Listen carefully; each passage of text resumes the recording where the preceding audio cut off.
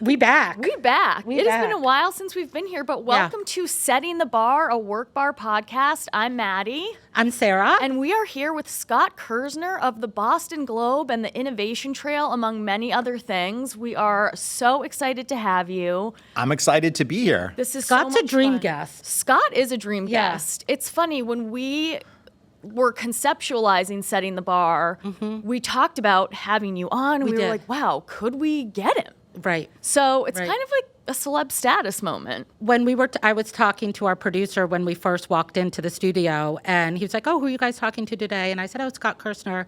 And he's like, "Oh, who's that?" And I was like, "He's like the Mac He was like, Daddy." who, right? No, I was That like, was the "He's first like question. the Mac Daddy of innovation in Boston." That's how I labeled you. Yeah. I was like, if there's anything, if anyone in innovation knows anything in Boston, they know who you are, and you seem to have your hands in everything around here. Well, like just longevity is the secret to everything. I mean, I probably have been writing about startups You innovation longer than anybody else. So just hang around. That's the secret to success. Yeah. But you write for The Globe, you write for Wired, Fast Company, you've authored books, you were on the team that launched Boston.com. So you really have this whole, we were talking about generational before, but you really have your hands in just about everything.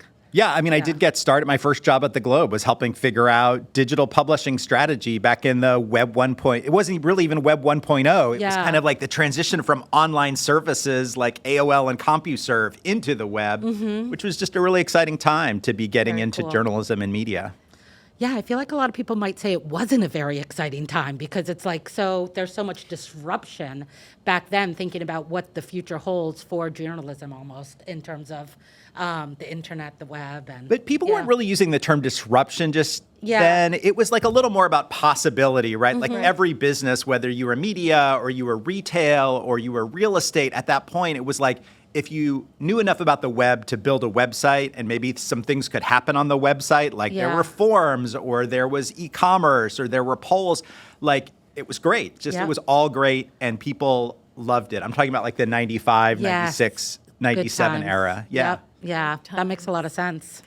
It's so interesting to think about that period in journalism specifically. I remember taking, like, in my journalism 101 class, learning about that period. And as like a young journalism and communication student, it was really exciting to think about that time because it seemed like the possibilities were endless, which of course we know now they are. But thinking about like Web 1.0, as you said, and that journey. Yeah. How do you feel like all of that kind of evolved in Boston?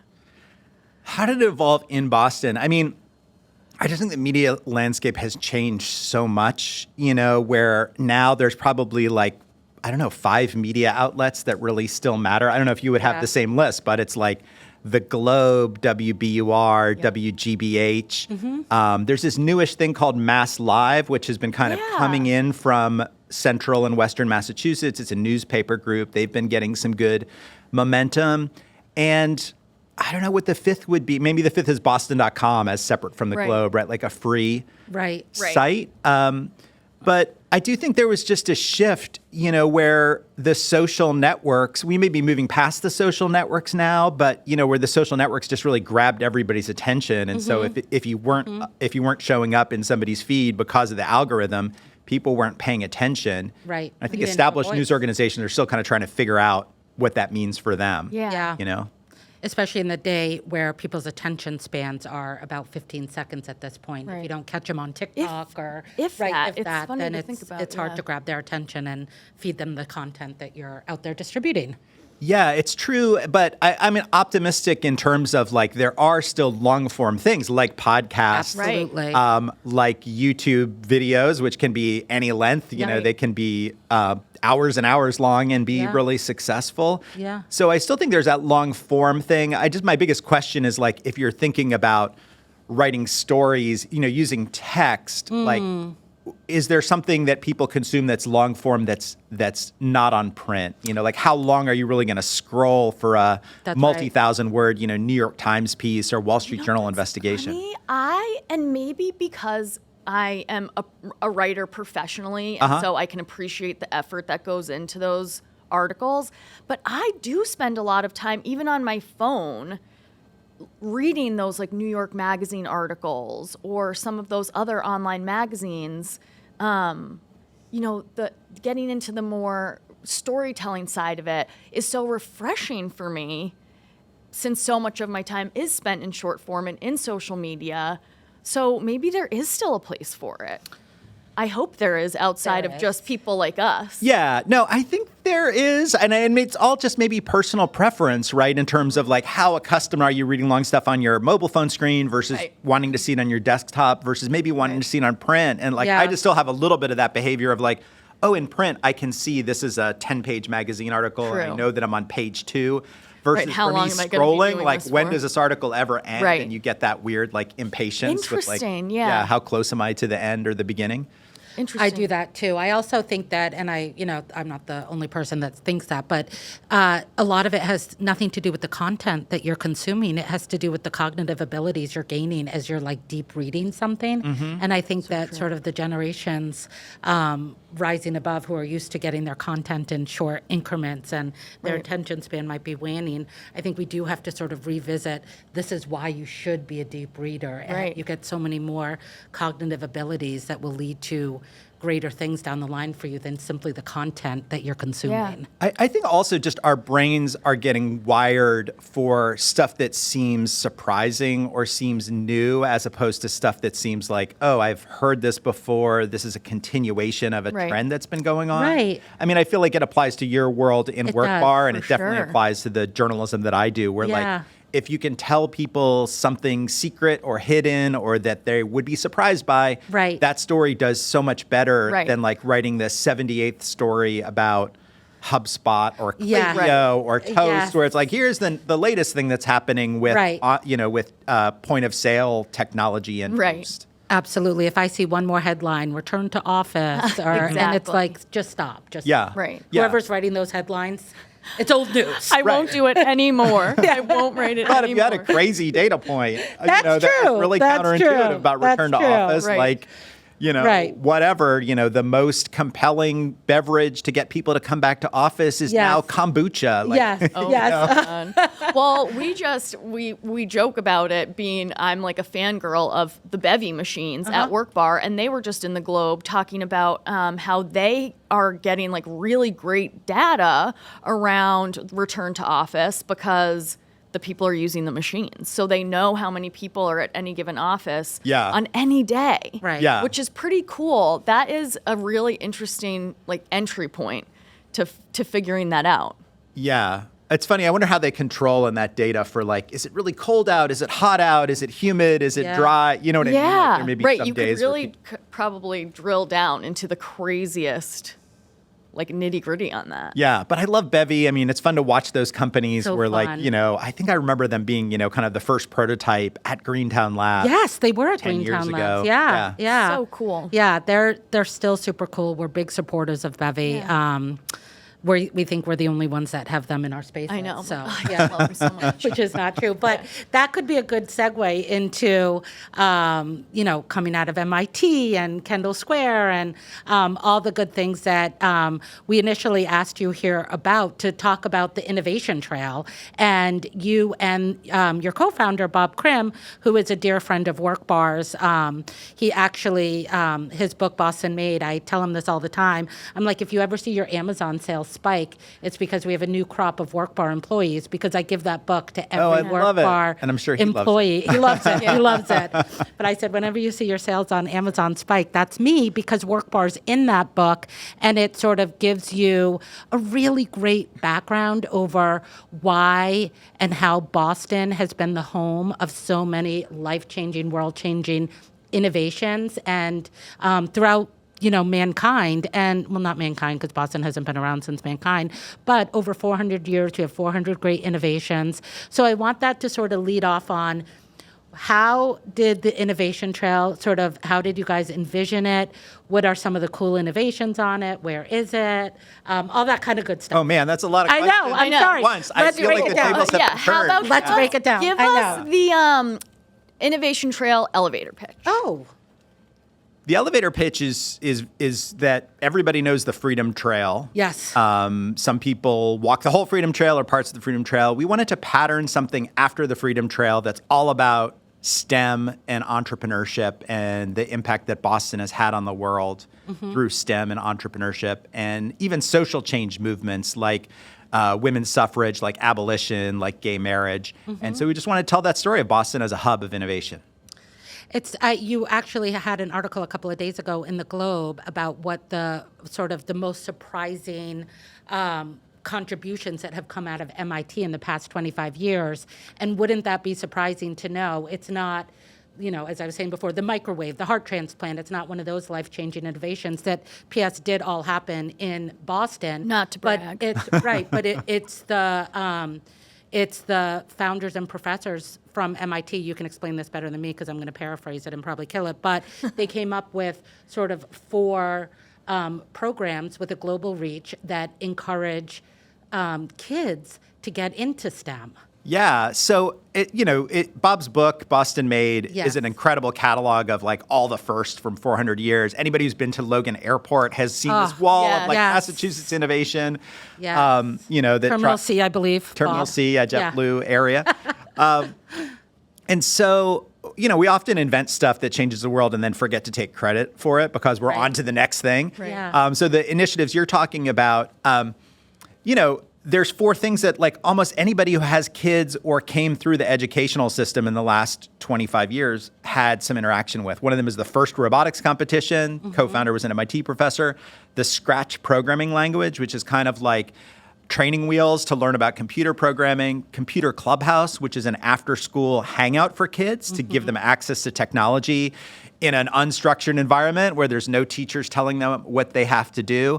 And the last thing is the network of Fab Labs that this nonprofit called the Fab Foundation spawned from MIT, and it's maker spaces in lots of cities around the world where, again, kids get access to 3D printers and prototyping equipment, and they can make stuff that they want to make, not stuff that their teachers tell them they have to that. make. It's so amazing. I used to work at a private school in Weston, and we had a great relationship with MIT, and they helped us build a maker space in the new building, and it was so cool to see these kids get to use things that were invented in Boston. And you were saying earlier about kind of those unexpected things you didn't know.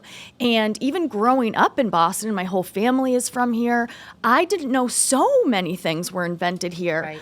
I love that you guys modeled it sort of after the Freedom Trail, because I think when people think about Boston, they think of us as a very historic city. They come here to do the Freedom Trail or to learn about the history and, like the Tea Party and that.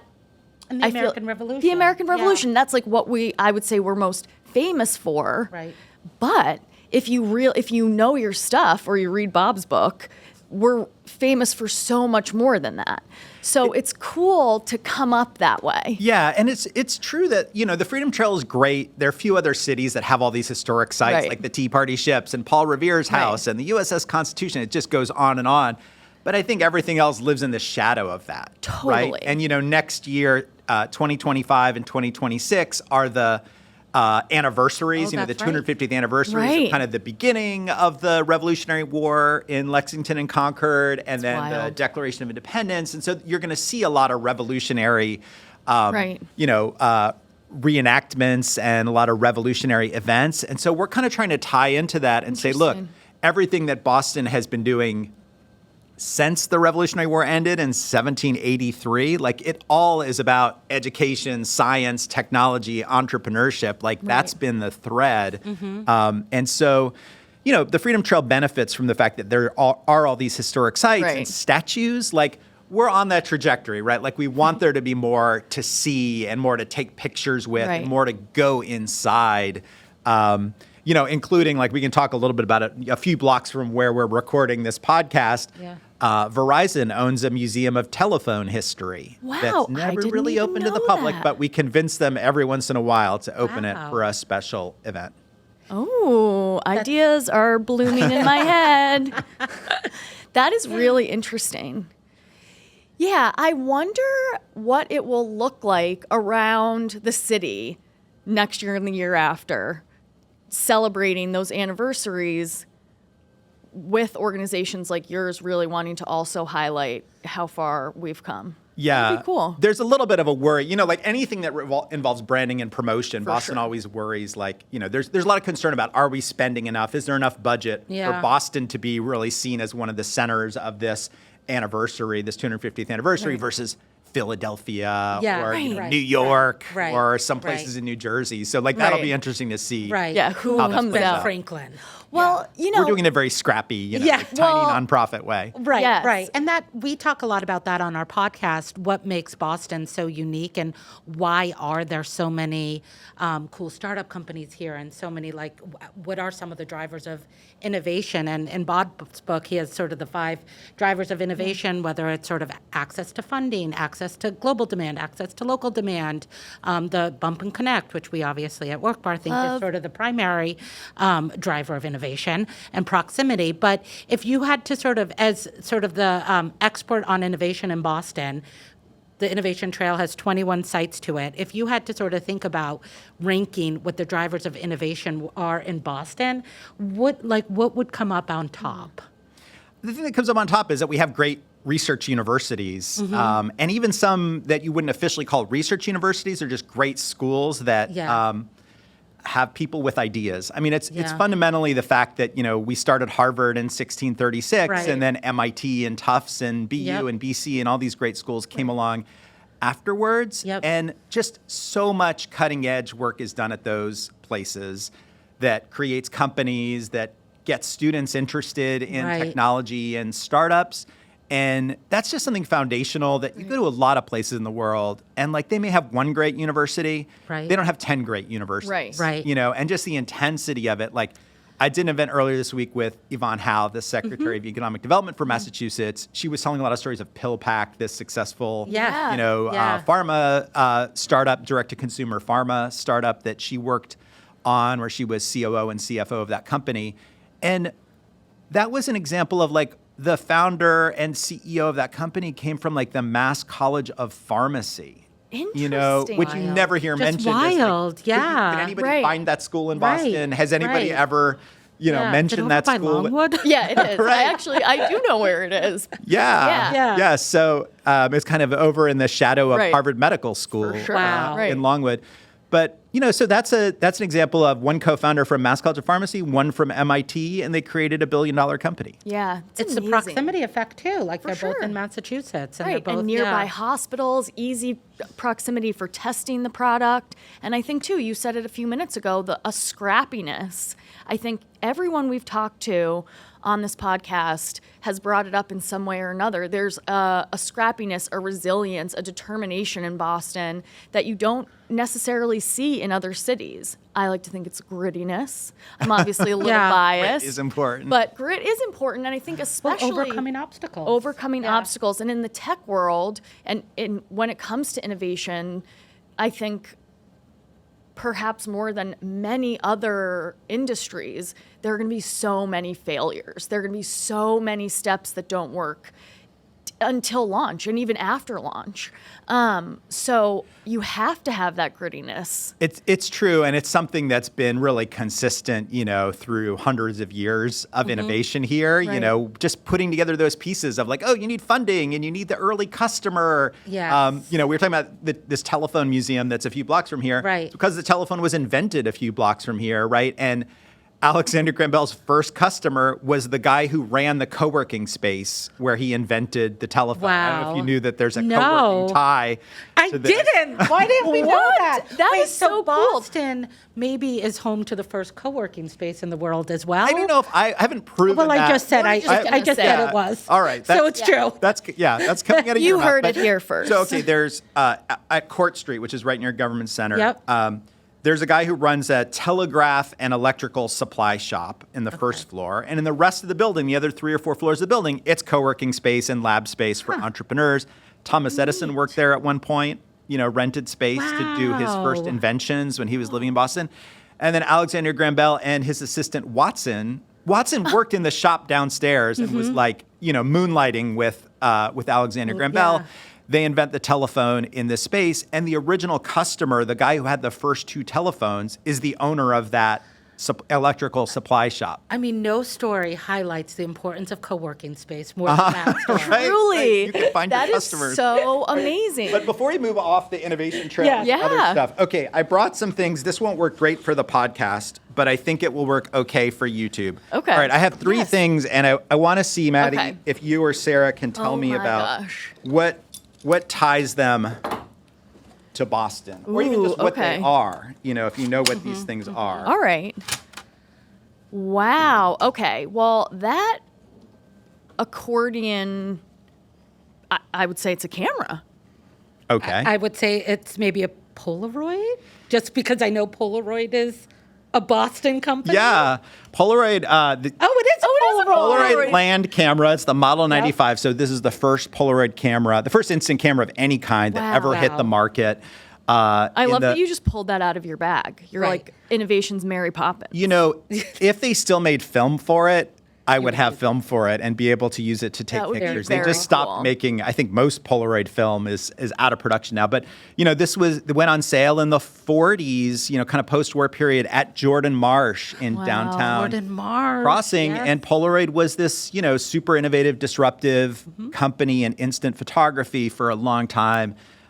Steve Jobs actually talked about Edwin Land being one of his heroes, just in terms of making devices that were so easy to Wow. use. You know, like the one button, just take Right. the picture. Don't worry too much.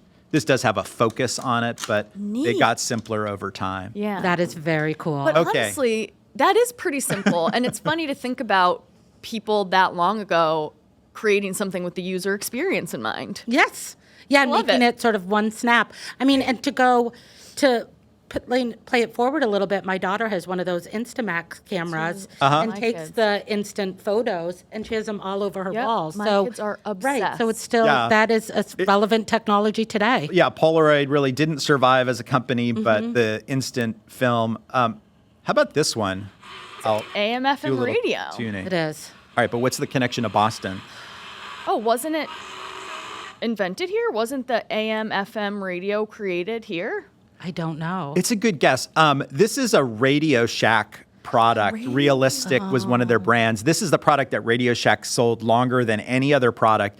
And Radio Shack, the first store, it was founded in Boston. The first store was Government Center. Wow. And for the first couple decades of that company, it was a Boston company. They moved to Commonwealth Avenue, and really helping bring all kinds of new consumer technologies like the AM/FM radio. That's very cool. That is Into so That is people's cool. cool. I didn't know that. Yeah, I didn't know that. Yeah. Okay, and what is that a wrench? It does Okay, appear I to think be a this is the wrench. hardest. This is probably the hardest one Okay. because it's so old that everybody has forgotten.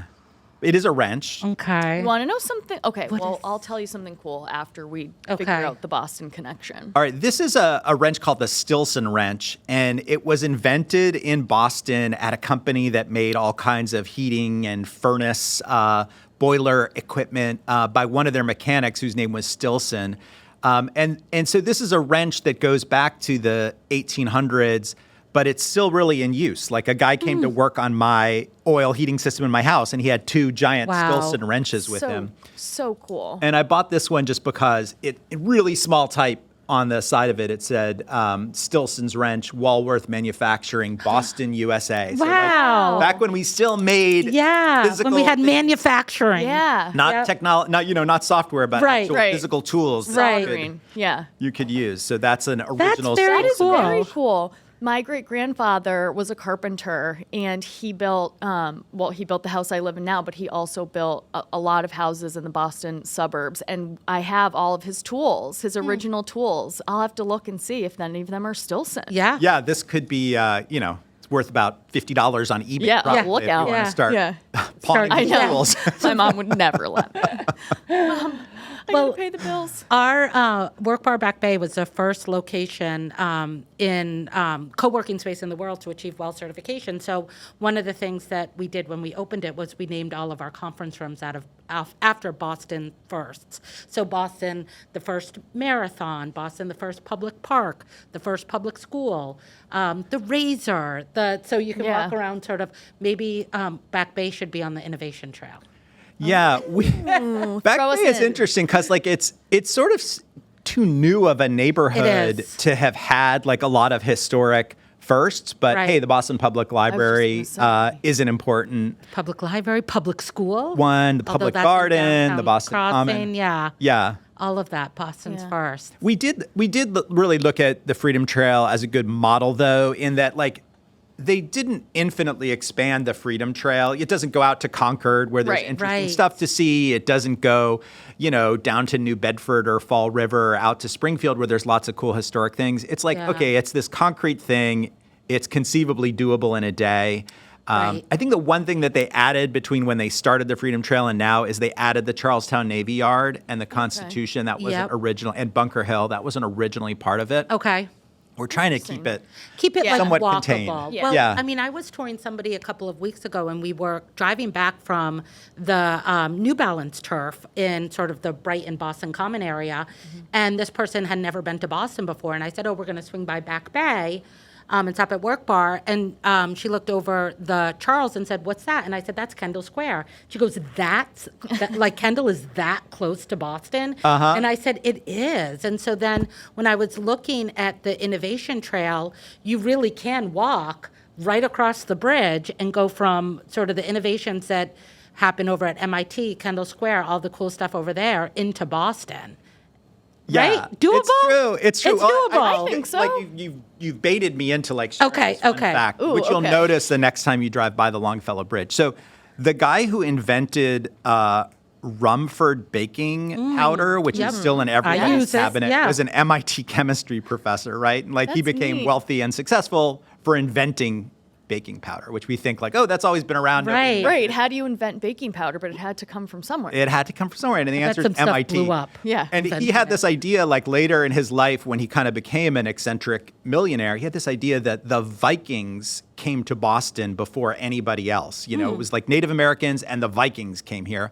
And so if you look at the Longfellow Bridge, you will see there are Viking ships on the side of the Longfellow Bridge, on either side. And that's because of the baking powder kingpin believing that Vikings discovered Boston. Wow, that's funny. wild. Which has no basis in fact. Right, okay. Yeah. There's also like a Leif Erikson statue on Commonwealth Avenue Is there Mall really? because of that guy. Yeah. That is so interesting. Yeah, I mean, the more things change, the more they stay the same. There are many eccentric billionaires now who, if they say something, we just think it's true. We're like, all right. We just take their word. It's interesting. That's true. Yeah, that's been a consistent thread throughout the generations. That's right. Through the invention of baking powder. I love it. It's so cool. So what are some of the 21 stops on the Innovation Trail? What are your favorites? Look, there is a favorite stop. I'm not going to say like, they're all my children, they're my favorites, but it's fun. Kendall Square was a center of manufacturing originally before it became a center for tech and biotech and climate tech. And one of the last companies still making stuff in Kendall Square, it's either the first stop or the last stop, depending on whether you start the trail in Cambridge or you start it in Boston. Okay. But we call it the Last Candy Factory. And it's not Necco. No. Necco actually left Kendall Square. They gave their building over to Novartis. So, What? Yeah. Did they? So Necco's building got taken over by Novartis. They moved up to Revere, I think, for a little while, and then they went bankrupt, and somebody eventually bought the Necco brands, still makes that candy, but nobody's sure where exactly. I'm not sure where it's Yeah, it's not as good as it was. Last Candy Factory in Cambridge is owned by Tootsie Brands. No way. And it's right near Toscanini's ice cream. And exactly where people will tell you it smells like different candy, different times of the day, different times of the week, depending on what they make. Cool. But one of the things they make is junior mints. And so every junior mint in the world comes from a candy factory in Cambridge. Wow, I had no idea. I Me love either. Junior Mints. Junior mints are my favorite candy. That should Mine be too. Boston's candy. I had no idea. That is so cool. Yeah. I love stuff like that. It's like getting to know another side of the city is Yeah. so cool. Yeah. Yeah. Do you That's put them in cool. the freezer? Or you just eat them I room have temperature? before. I am good. more just like straight up room temp, but Yeah. Yeah. I'm not Yeah. picky with my junior. I usually can't wait that long. Right. You know, if I Right. get them, I got to eat them. Yeah. I think the only way they're bad is I grew up in Miami, and so I definitely remember junior mints where like they'd been sitting in the car a little Yeah. too long, and then it's It's just just kind like of one chunk. giant Yeah. chunk Right. of A junior mint. chocolate. Yeah, and you're just like junior nibbling. mint. Yeah. It's so Yeah. funny. I woke up. There are my- other stops on the trail, though. Yeah, That's so just tell that, me, you know. give me some more stops that are. That's a good one. What are Very some like? What are a couple others in? Like one of the Cambridge? things that we really are trying to do is emphasize that there are these unsung heroes, Yeah. these hidden figures in Okay. Boston that nobody really knows about, and many of them are like not your typical white male Alexander Graham Bell, Right. bearded, old dude inventor. Right. So the trail actually starts by telling the story of a guy named Louis Latimer, who was Okay. born in Chelsea and taught himself how to be a patent draftsman and draw the illustrations that inventors needed for their patent applications. And so he actually drew the patent application for the telephone. Wow. And That is then he so went to work with Thomas Edison, and he was the only black man who was part of that first cohort of like Edison lieutenants and Edison collaborators. Wow. In the co-working space, the first one in the world. Right. He joined a little bit later, but co-working. Yeah. And then another one is Draper Lab, which is over on the Kendall side. They've been involved in submarines and satellites and space travel since the middle of the 20th century. And Yep. one of the things that they did is help the Apollo program develop all the navigation Wow. systems and all the software to get to the moon. Margaret Hamilton was one of the key programmers there for a long time. And she was really she's still alive. And it was one of the pioneers of software development, You think writing. she'll come on our podcast? Well, I think you should try to get her. we'll Yeah. try to get her. That would be cool. Because Actually. NASA existed in Cambridge. Yes. Yeah, there's okay. one building that NASA did build in Cambridge, and it's going to get knocked down in the next year or two. So I wrote a Globe story where I was like, I got to go inside this building. I've never been Yeah. inside it. I want to see it before they knock it down. Oh, yeah. Yeah. That's All too good bad. things. There's true. The urban legend about NASA in Cambridge is that it was supposed to be mission control and that it was going to be Cambridge. We have a problem in Apollo 13. No way. But that when Kennedy was assassinated, they took it away and Johnson, the next president, moved it to Houston. But it's an interesting urban legend. It's not totally true. But there was a NASA complex that they set up in Kendall Square, and it was doing all kinds of electronics research and development. And it's the only NASA complex that ever got closed. But it's closed by Interesting. Nixon, who was doing some budget cuts. And Nixon didn't like Massachusetts, didn't like the Kennedys, like whatever I can do to sort of stick Right. it in the eye Yeah. of Massachusetts. Cambridge. I we know. have a problem. That'd Cambridge, be we have a cool. problem. That's the title Yeah. of this episode. That is. Cambridge, 'cause we that's have a very problem. Cool. That's It's very so cool. I don't want to move off the innovation trail, but what companies are out there right now that you think are doing some My cool next things? question. So a lot of In companies, Boston. yeah, I was gonna say, yeah, I'm very focused on Boston and companies doing cool things. I mean, there's so much happening in gene editing and gene therapy right now with companies like Vertex, which is in the Seaport, and Yes. Bluebird Bio, which is in Cambridge.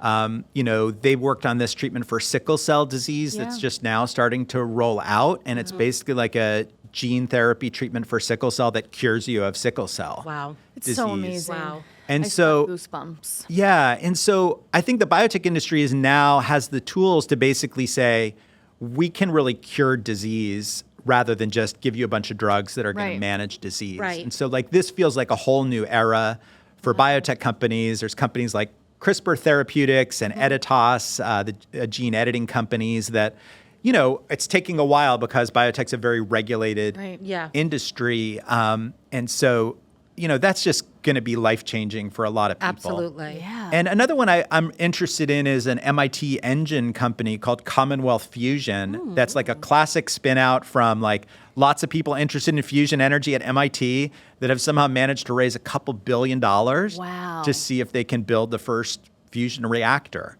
And, Wow. amazingly, there's like 10 or 15 companies that are all trying to, open the door to fusion power, like a Right. much cleaner Right. Right. source of energy. And if Commonwealth does it or if any of them do it, that's a major societal change Wow. potentially. As these are just mind-blowing technologies. Do you worry about, the Globe's written quite a few articles about talent leaving Boston, whether it's there being,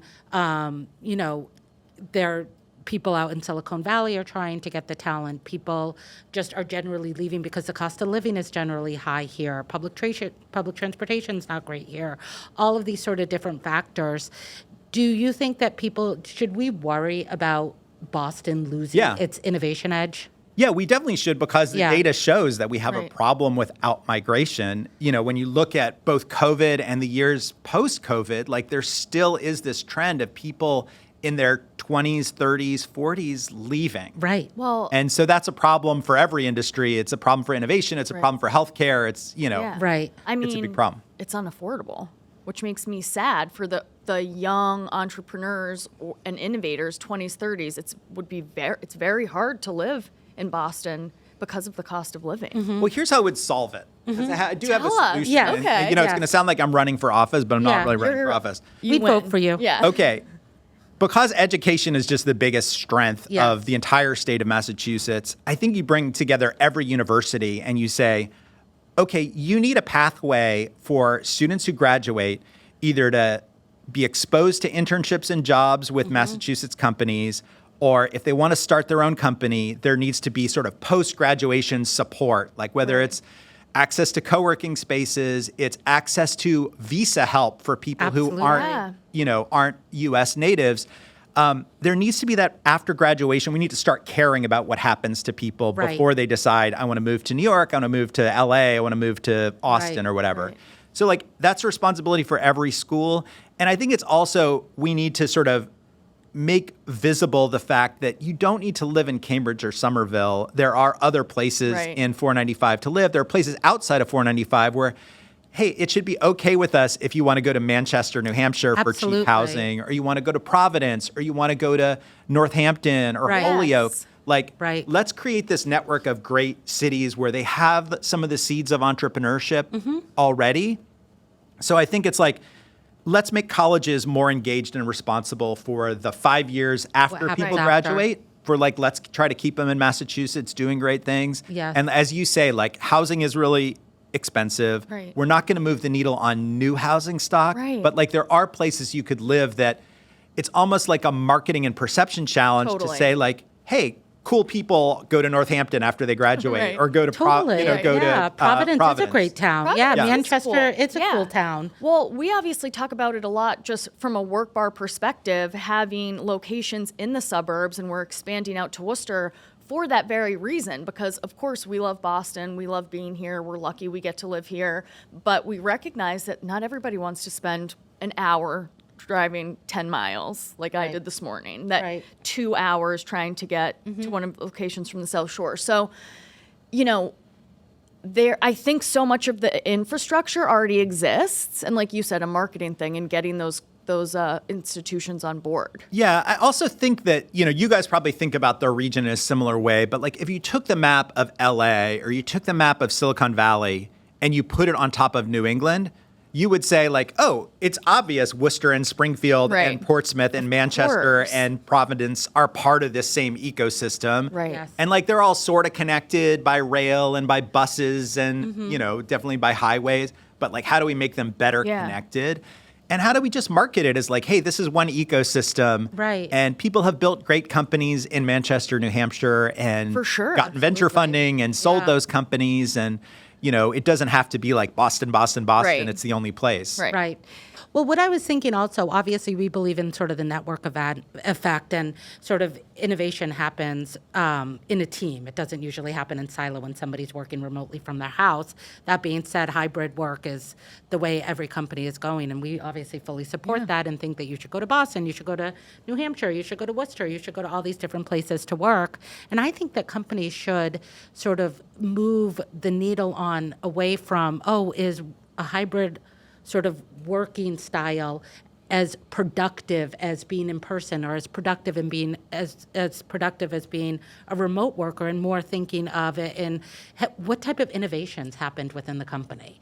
Like, who is sort of gauging how innovation is functioning, how it's happening, more over than just sort of, keeping the standard status quo in a level of production. Because I do think that if you get different people together in a place that's been purposefully designed for bumping and connecting, I do think that companies will continue to be able to drive innovation while still offering the benefits of a hybrid work. And New England is like the perfect place to do that, because we are all relatively close from a driving proximity. Yeah, I think it's sort of like a cultural thing. That's a great way to sort of visualize it, is to put Silicon Valley, like, people there drive an hour or more to work, and that's just what is done. They do. There's no public transportation. Right, there's no public transportation, and we generally, as in culture, don't subscribe to that.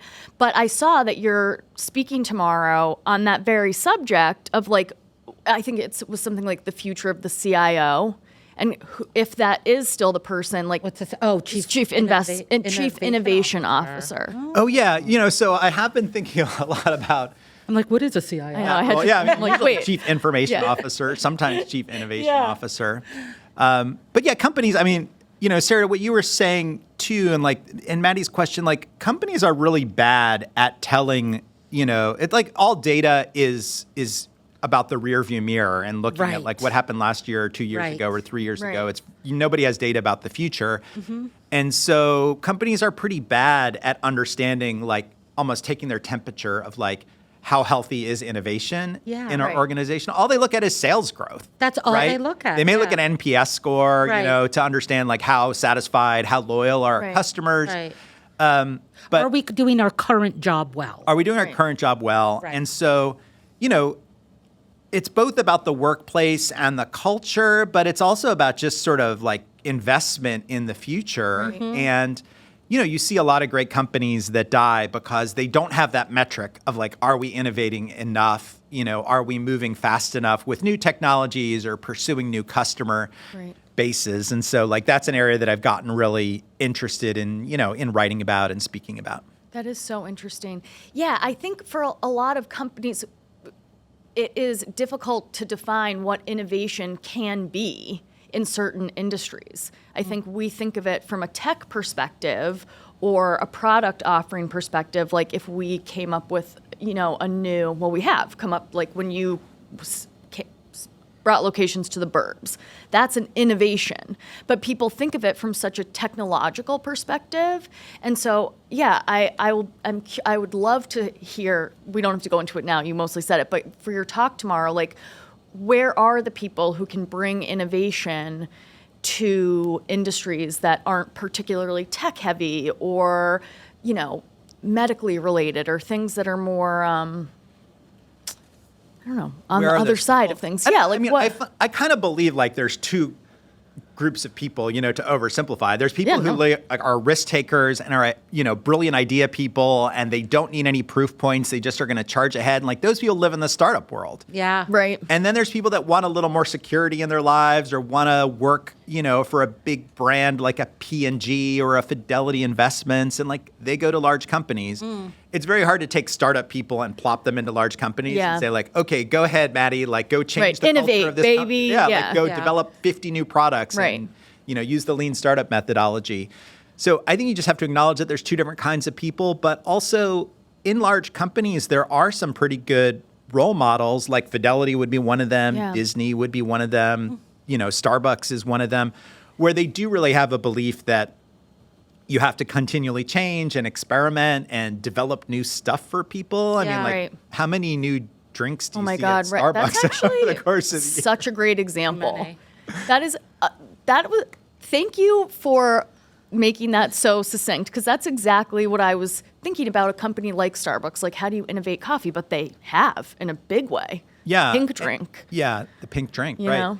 And also, like, mobile ordering, they were one of the first chains to really move into mobile ordering with their own app. And they're not afraid to change. So big companies can't do it. But, like, the funny thing to me is, like, again, looking at those two categories of startups and big companies often have really short attention spans. You know, like they start something up that's amazing, and then a year later they're like, oh, it's not $1 billion yet. Let's shut it down. Right. Versus like, a lot of entrepreneurs who are like, they'll work 10 years on something. Right. And it's still maybe just a $2 million, $5 million, $10 million business, but like they're sticking with it. Right. Because it's their only idea and they love it. Right. You know, and they it's- believe And in they it. believe in it. Yeah. Yeah. Yeah, one of my daughters has dyslexia, and I think a lot about how, from like an educational standpoint and from a sort of future standpoint, how AI is going to automate a lot of the repeatable tasks, and how people who have what are seen as sort of vulnerabilities today are really strengths of the future. Right. And you get sort of a diverse group of curious people around a table.